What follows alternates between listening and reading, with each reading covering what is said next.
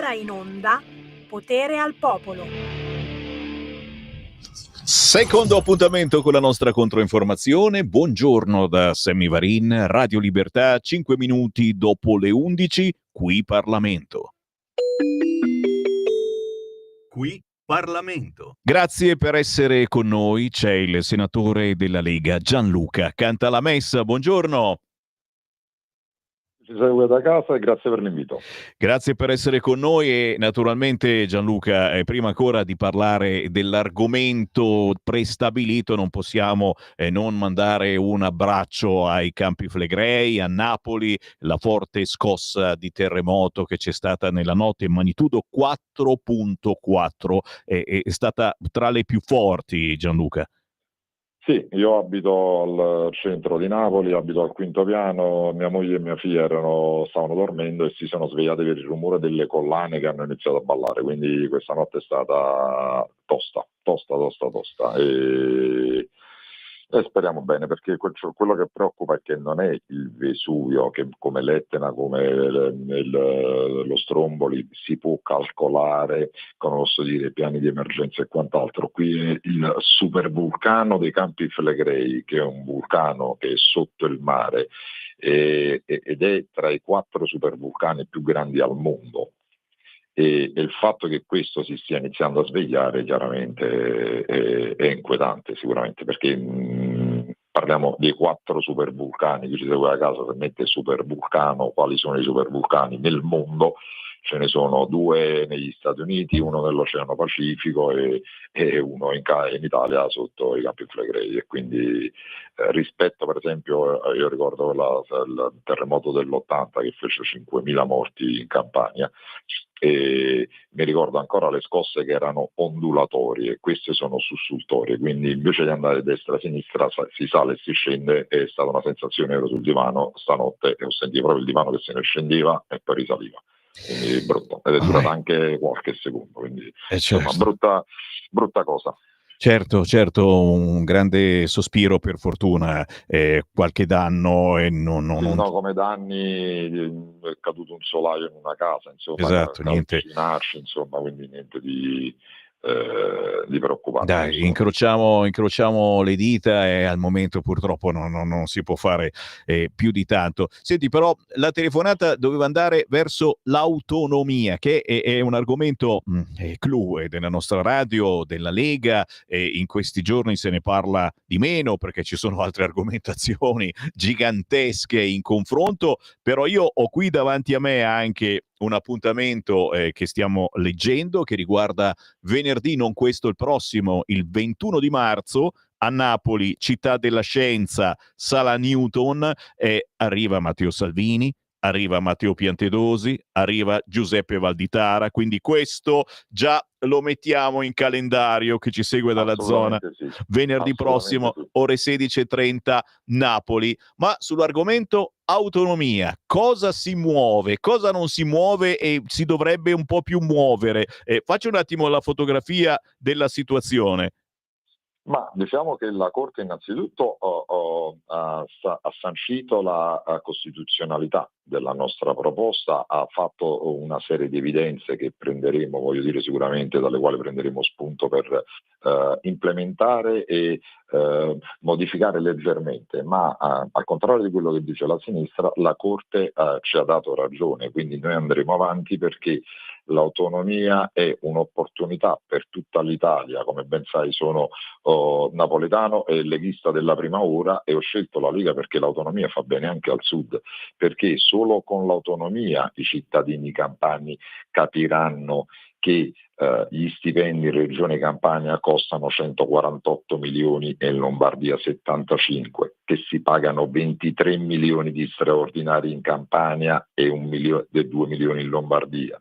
Solo con l'autonomia si riuscirà a capire finalmente chi sa amministrare e chi non sa amministrare, e chi finge di saper amministrare, come il governatore De Luca, che spende 750.000 euro per spese di traduzione e interpretariato, mentre la Lombardia ne spende 30.000. Finalmente si potrà capire che sarà bravo a parlare, sarà un comico simpaticissimo, ma purtroppo non è bravo nel gestire. C'è uno studio, questa è una cosa che ha detto molto bene Massimo Garavaglia, che dimostra che i servizi, se erogati da enti più prossimi al cittadino, costano meno, rendono meglio e sono più controllabili. C'è un confronto fatto, per esempio, tra sanità, istruzione e giustizia. Se noi dividiamo il costo del Ministero dell'Istruzione e del Ministero della Giustizia pro capite per tutti gli italiani, vediamo che abbiamo uno dei costi più alti d'Europa, con dei servizi peggiori. Se noi vediamo la sanità, nonostante le tante storture nelle regioni dove si usa la sanità per fare politica clientelare, vediamo che comunque la sanità italiana è sempre tra le prime 10 al mondo, perché riusciamo a garantire prestazioni universali. Le prime due vengono erogate dallo Stato centrale, la terza viene erogata dalla regione. Quindi andare verso l'autonomia, soprattutto poi con la possibilità di garantire i diritti uguali per tutti con i livelli essenziali delle prestazioni, è un'opportunità per premiare i territori, il merito anche e soprattutto al meridione, perché questo consentirà ai meridionali di non dover fare un sogno contro natura, che è quello di vedere i loro figli il più lontano possibile da loro, pur di vederli contenti e felici. È detto da un napoletano. CQ, CQ, mi sentite, amici di Napoli e naturalmente della Campania, e naturalmente del Sud. Da meditare, ma se siete a Napoli, venerdì 21 marzo, ore 16:30, Città della Scienza, arriva Matteo Salvini con Matteo Piantedosi e Giuseppe Valditara. Io ringrazio il senatore della Lega, Gianluca Cantalamessa. Buon lavoro, Gianluca. Grazie a te, sempre un saluto a tutti gli ascoltatori, grazie. Qui Parlamento.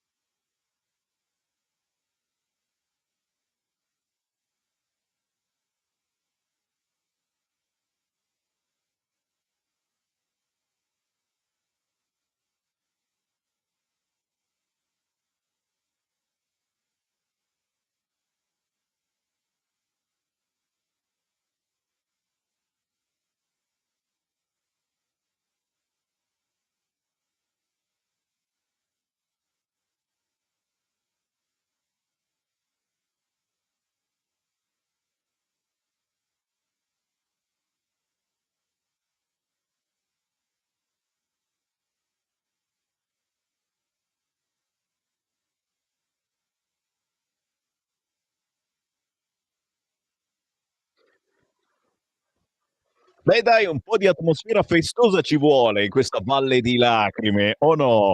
Grazie al nostro regista Simone, ci ha mandato in onda Carolina Bom Bom degli Los Claneros, già direttamente dall'Argentina, ma qua si torna in Italia alle 11:15 con il buongiorno rinnovato da Sammy Varin. Parliamo di un argomento invece molto serio, parliamo di sanità, con noi la dottoressa Carmela De Rango. Buongiorno Carmela. Buongiorno, grazie per l'invito e buongiorno a tutti i nostri radioascoltatori. Grazie per essere con noi perché parliamo di sanità. Lei è segretario generale di CIMOP, Confederazione Italiana Medici Ospedalità Privata, e parliamo di sanità pubblica e sanità privata, argomento assolutamente importante per la nostra vita, purtroppo quasi sempre anche quotidiana. E le chiedo subito qual è la differenza per il cittadino tra sanità pubblica e sanità privata, ma quali sono anche le differenze tra i medici della sanità pubblica e quelli della sanità privata, perché molto spesso venite un po' dimenticati voi della sanità privata. Carmela. Allora, è molto semplice, nel senso che la sanità privata in Italia e anche e soprattutto in Lombardia è una componente molto importante. Parliamo di sanità privata accreditata, cioè che opera per conto e a nome del Servizio Sanitario Nazionale. Quindi per il cittadino fondamentalmente non c'è nessuna differenza, perché erogando le stesse prestazioni il cittadino può scegliere liberamente se rivolgersi all'ospedale pubblico oppure agli istituti privati. In Lombardia gli istituti privati, i posti letto rappresentano quasi il 40% nell'ambito delle erogazioni delle prestazioni sanitarie, quindi è una componente importante. Per fare un esempio, parliamo dell'Istituto Humanitas di Rozzano, piuttosto che dello IEO, Istituto Oncologico Europeo, il Centro Cardiologico Montino, piuttosto che l'Istituto Multimedica. Quindi sono tutte entità importanti che si prendono carico della salute dei nostri cittadini. Ecco. Diversa è la situazione dei medici, perché i medici erogano fondamentalmente nel privato le stesse prestazioni con la stessa complessità delle prestazioni che vengono erogate negli ospedali pubblici. Peccato che sono pagati praticamente metà rispetto ai colleghi dell'ospedale pubblico, e questo è una fonte di grande disagio per i colleghi, che peraltro per poter sostenere i costi della propria professione devono lavorare tanto di più per avere una adeguata retribuzione. Questa è una cosa che non sapevamo effettivamente, sai, noi da consumatori, tra virgolette, suona male, ma di prestazioni, effettivamente non sapevamo questa cosa. E quindi come sono finanziate le prestazioni della sanità privata? Ma soprattutto ho letto che qui c'è un contratto che da 20 anni aspetta di essere rinnovato, è vero? Sì, è vero, è vero. Le prestazioni sono finanziate con le stesse modalità del finanziamento degli ospedali pubblici. Ci sono i DRG, le tariffe, sono uguali per tutti. Per la componente privata la contrattazione viene effettuata con i datori di lavoro, che sono rappresentati da, chiamiamole così, associazioni datoriali che rappresentano il gruppo delle due componenti importanti di sanità privata. Una è quella religiosa, che è rappresentata dall'associazione ARIS, e l'altra è quella profit, cioè che trae profitto dall'erogazione delle prestazioni, ed è rappresentata dall'associazione AIOP. Quindi diciamo che la nostra associazione, la CIMOP, si confronta con queste due associazioni datoriali per il rinnovo del contratto, e non ci sono delle modalità, dei termini per cui dei vincoli legislativi per cui hanno un obbligo a rinnovare il contratto, e così l'AIOP, soprattutto in particolare, quindi che rappresenta gli ospedali profit, ha deciso di non rinnovare il contratto da ormai 20 anni, perché richiede al governo un finanziamento totale anche non solo delle prestazioni, ma anche dell'aumento dei costi generato dall'aumento contrattuale. È ovvio che in un momento di grande crisi economica è difficile che il governo possa prendere a cuore questo problema, per cui noi continuiamo a protestare, ad esprimere il nostro disagio, a proclamare gli scioperi, andare a manifestare nelle piazze, però di fatto il medico della sanità privata continua ad essere pagato esattamente metà rispetto ai colleghi della sanità pubblica. Questo è veramente un grande disagio, cioè il cittadino quando viene nelle nostre aziende spesso trova anche una buona accoglienza, sono magari meglio organizzate da un punto di vista proprio logistico, piuttosto che nell'erogazione dei servizi rispetto alle aziende sanitarie pubbliche che hanno un'organizzazione più complessa. Però deve sapere che di fronte a queste figure, che spesso sono anche aggredite, ieri si è celebrata la giornata contro la violenza degli operatori nei confronti degli operatori sanitari, hanno queste figure che sono malcontente, che hanno un grave disagio e che non riescono a trovare uno strumento per poter obbligare le aziende e quindi le associazioni che rappresentano le aziende il loro contratto. Cioè ci vorrebbero dei vincoli che sinceramente il governo potrebbe imporre, cioè un'azienda accreditata, quindi che viene sostenuta dalla erogazione di finanziamenti pubblici, dovrebbe inserire un vincolo nell'accreditamento di un equo e di un parallelo rinnovo contrattuale, così come viene effettuato per la sanità pubblica. Certo. Non so se sono riuscita a trasmettere un po' il nostro disagio. È chiarissimo, un qualcosa che noi non conoscevamo, e visto che la nostra radio fa da collegamento importante con la buona, speriamo, politica anche del governo di centrodestra, e questa è la proposta che ci fa la dottoressa Carmela De Rango, segretario generale di CIMOP, Confederazione Italiana Medici Ospedalità Privata. Abbiamo parlato quindi di sanità privata, molto spesso noi non ce ne accorgiamo o ce ne accorgiamo ma per altre motivazioni. In questo caso sappiamo che i privati vengono pagati, i dottori privati vengono pagati molto meno, quindi legare l'accredito al sistema sanitario nazionale anche magari al rinnovo contrattuale. Lo mettiamo sul tavolo. Dottoressa, è stato davvero un piacere. Grazie per questa segnalazione. Grazie a lei, grazie, buongiorno a tutti. Segui la Lega è una trasmissione realizzata in convenzione con La Lega per Salvini Premier. D'altronde, il bello di avere una radio è di usarla, e quindi quando qualcuno ha qualcosa da dire, quando vuole parlare, quando vuole mandare dei segnali, qualunque essi siano, scrivete sammy.varin@radiolibertà.net e chiamate 02 9294 7222.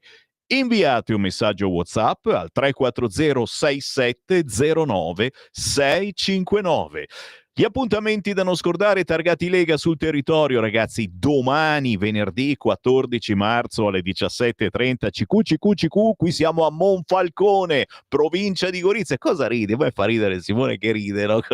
Si nasconde per ridere, no? Ride di me, ma no, va bene, ma io poi, prima o poi rido anche di te, sicuramente. Arriva il momento in cui riderò anch'io, la presentazione della lista Lega per Fasan sindaco. Siamo a Monfalcone, dove tra poco si vota, dove c'è la lista islamica. Già, suma, oro, suma, oro. E allora, signori, noi facciamo il tifo per chi invece da sempre governa Monfalcone. Anna Maria Cisint è diventata eurodeputata della Lega, ma è anche capolista di questa lista. Domani, venerdì 14 alle 17:30, in Piazza della Repubblica a Monfalcone, una presentazione importantissima, perché oltre a esserci Anna Maria Cisint, c'è Marco Dreosto, c'è Massimiliano Fedriga, presidente della Regione Friuli Venezia Giulia, e arriva Giuseppe Valditara, ministro dell'istruzione. Se siete in zona, assolutamente da non mancare. Domani, venerdì 14, ore 17:30, a Monfalcone, Gorizia. Grazie a Franca che ce l'ha segnalato. Ve l'ho ricordato prima, ve lo ricordo adesso. Venerdì prossimo, non domani ma il 21 di marzo, a Napoli, Città della Scienza, ore 16:30, c'è Matteo Salvini con Matteo Piantedosi e Giuseppe Valditara per parlare di sicurezza, tutta un'altra sicurezza, la sfida della legalità. Tutto un altro mondo. Ascoltiamo l'Italia, realizziamo le idee. Naturalmente in attesa del congresso della Lega. Un altro congresso? Il 29 marzo alle ore 17, il congresso dei giovani della Lega in Lombardia. Lombardi e liberi, sabato 29 marzo ore 17 presso il teatro di Suisio in provincia di Bergamo, congresso Lega Giovani Lombardia. Con un saluto naturalmente ai tantissimi che ci seguono su queste frequenze. C'è ancora qualcosa di interessante? Sì, venerdì 28 marzo si parla di sicurezza alle 10 a Senigallia, Ancona, Marche, con una tavola rotonda sulla sicurezza, dal modello alla struttura. Intervengono Nicola Molteni, Gianni Tonelli, Giorgia Latini, segretario regionale della Lega Marche, ma anche deputata della Lega, con i saluti del sindaco di Senigallia, Massimo Olivetti, dell'assessore Elena Campagnolo, del vicepresidente di Regione Marche, Filippo Saltamartini. Regione Marche, venerdì 28 marzo, ore 10, Palazzo Baviera, via Manni, Senigallia, in provincia di Ancona. Gli eventi targati Lega li trovate tutti quanti sul sito legaonline.it, ma se siete di Ancona vi ricordo anche questo, targato questo sabato 15 marzo ore 10, avvicinandoci al congresso, tutta un'altra economia, la sfida del valore. Arriva Matteo Salvini con Giancarlo Giorgetti ad Ancona. Sabato 15 marzo ore 10, Centro Federale FIGC, via Schiavoni. Ho detto tutto? No, c'è l'ultimo appuntamento da segnare in calendario se siete nostri fan. Venerdì 28 marzo alle ore 17 c'è Giulio Cainarca, direttore di Radio Libertà, che vi presenta il libro dello scrittore Ezio Gavazzeni, che avete già sentito su queste frequenze. Il Papa deve morire. Il terrorismo armeno dietro l'attentato a Karol Wojtyla. Se siete di Milano, venerdì 28 marzo, ore 17, Giulio Cainarca presenta il libro di Ezio Gavazzeni presso lo Spazio Coop in via da Procida, numero, non c'è scritto, ma in quel di Milano. Capito? Capito tutto? Ne parliamo ancora. Da Sammy Varin, certo, è veramente tutto, ma io, è una minaccia, ritorno domani alle 7:30.